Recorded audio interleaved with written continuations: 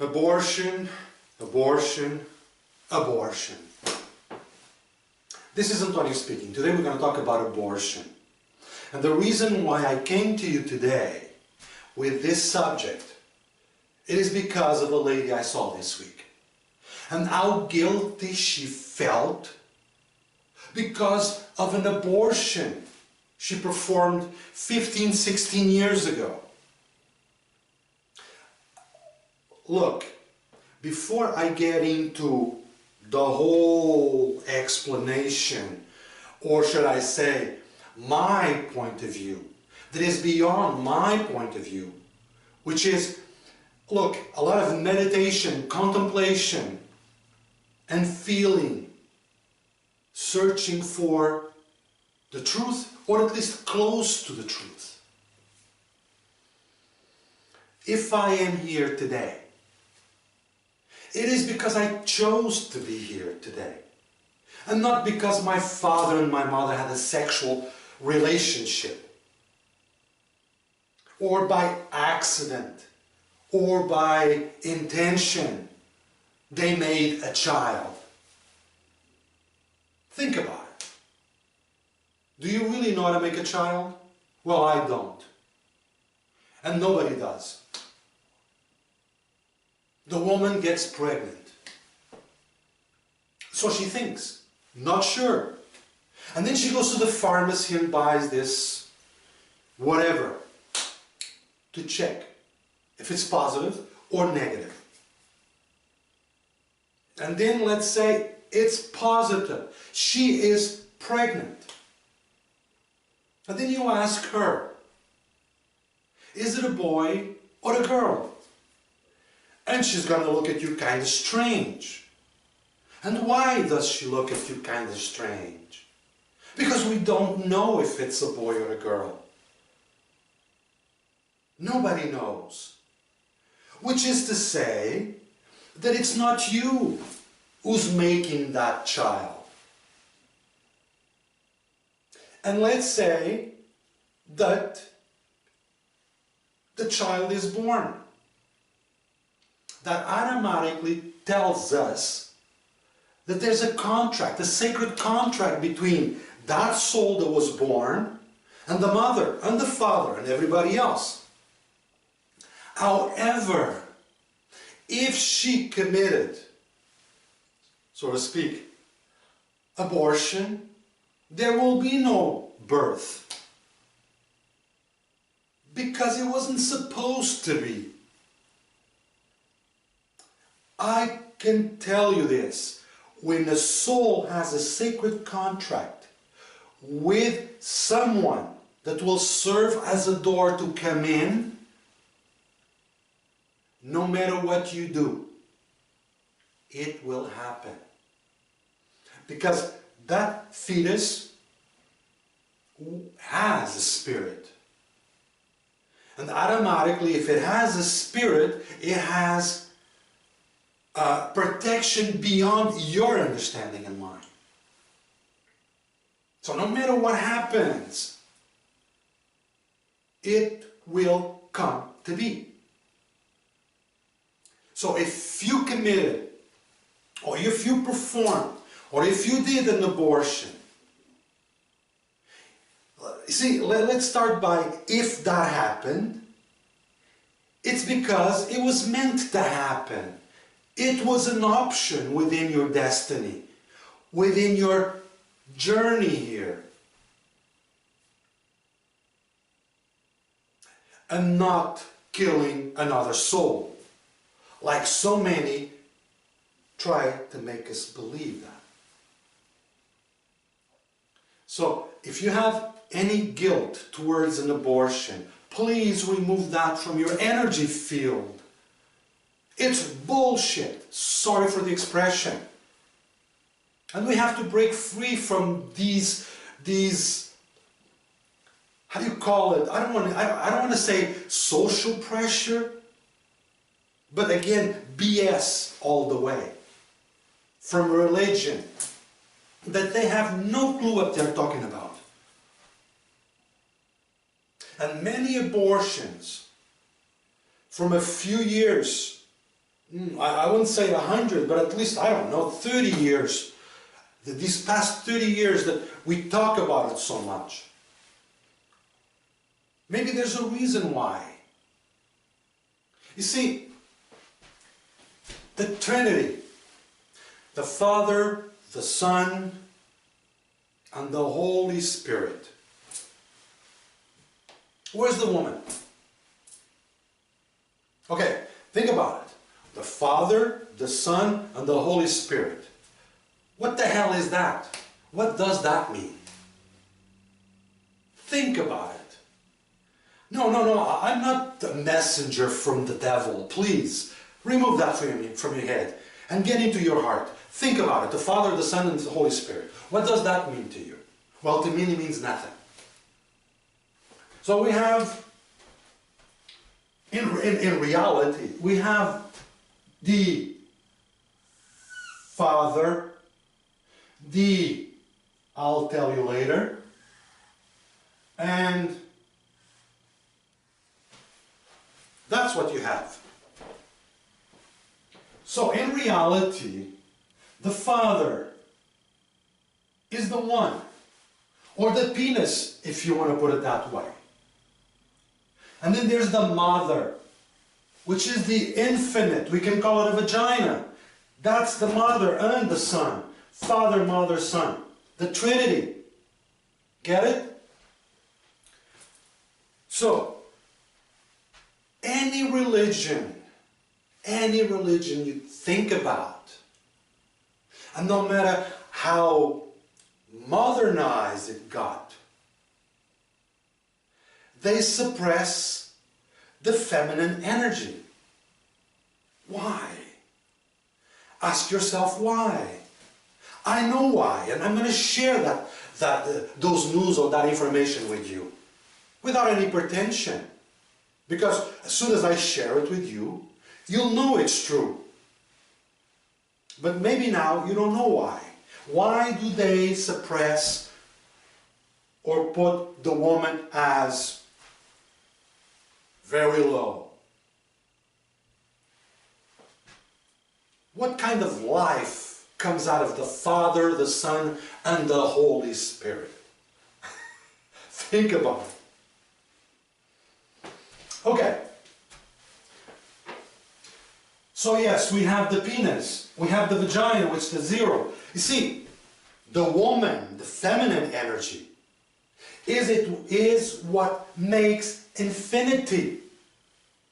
Because this one will become 10, will become 100, 1,000, 100,000, a million, and it goes on.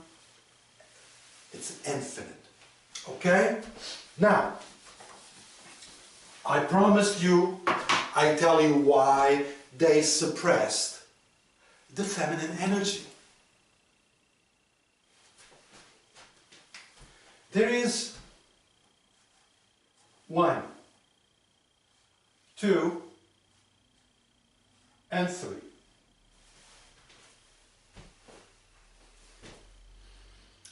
There are 3 functions to sexuality, okay?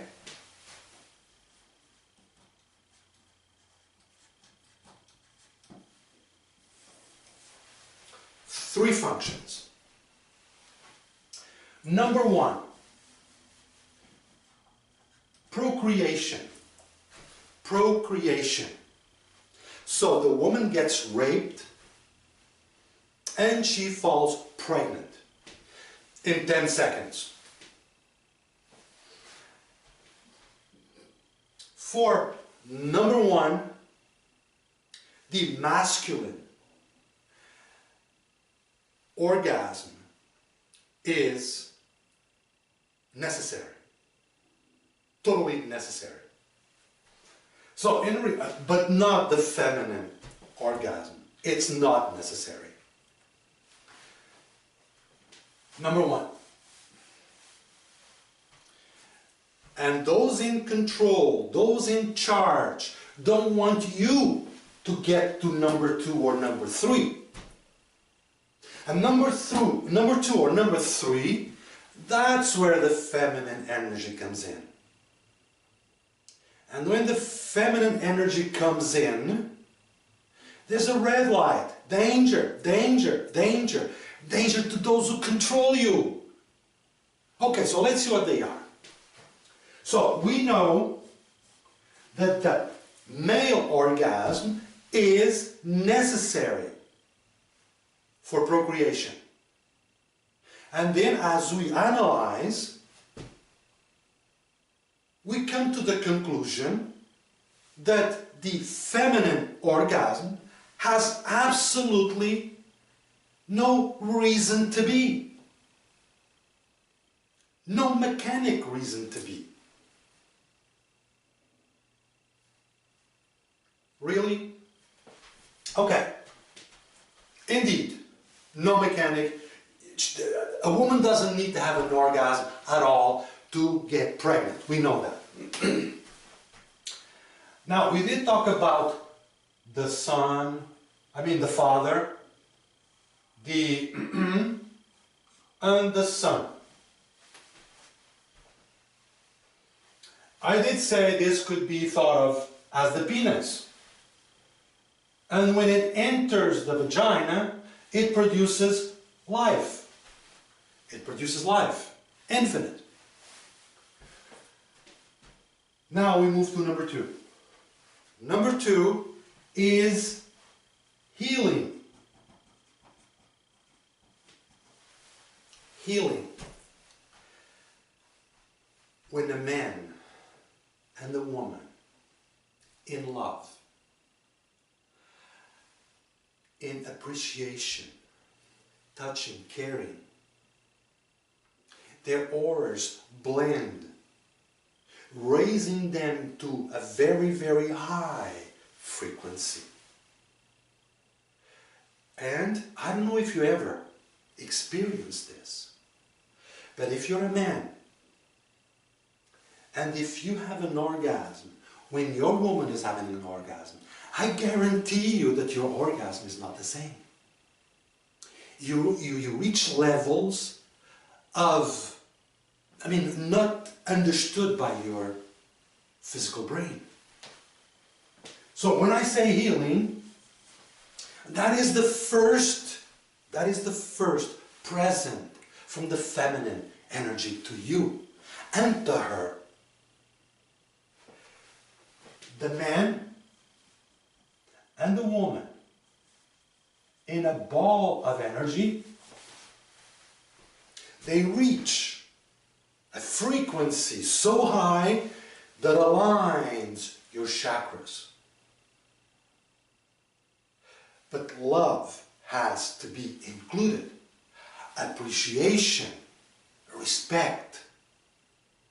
You're never sick. You are never sick. Do you know any couple that you know they're having a very, very good, sound, intimate relationship? Maybe you, so you know this to be true. Obviously, those in control don't want you to reach that point. Because as soon as you get to number 2, number 3 is knocking. And number 3 is goodbye. I explain. We are the only species on Earth that can manipulate sexuality. We play with each other in a way that we raise the frequency and raise the frequency and raise the frequency. Again, in love, touching, feeling, caring.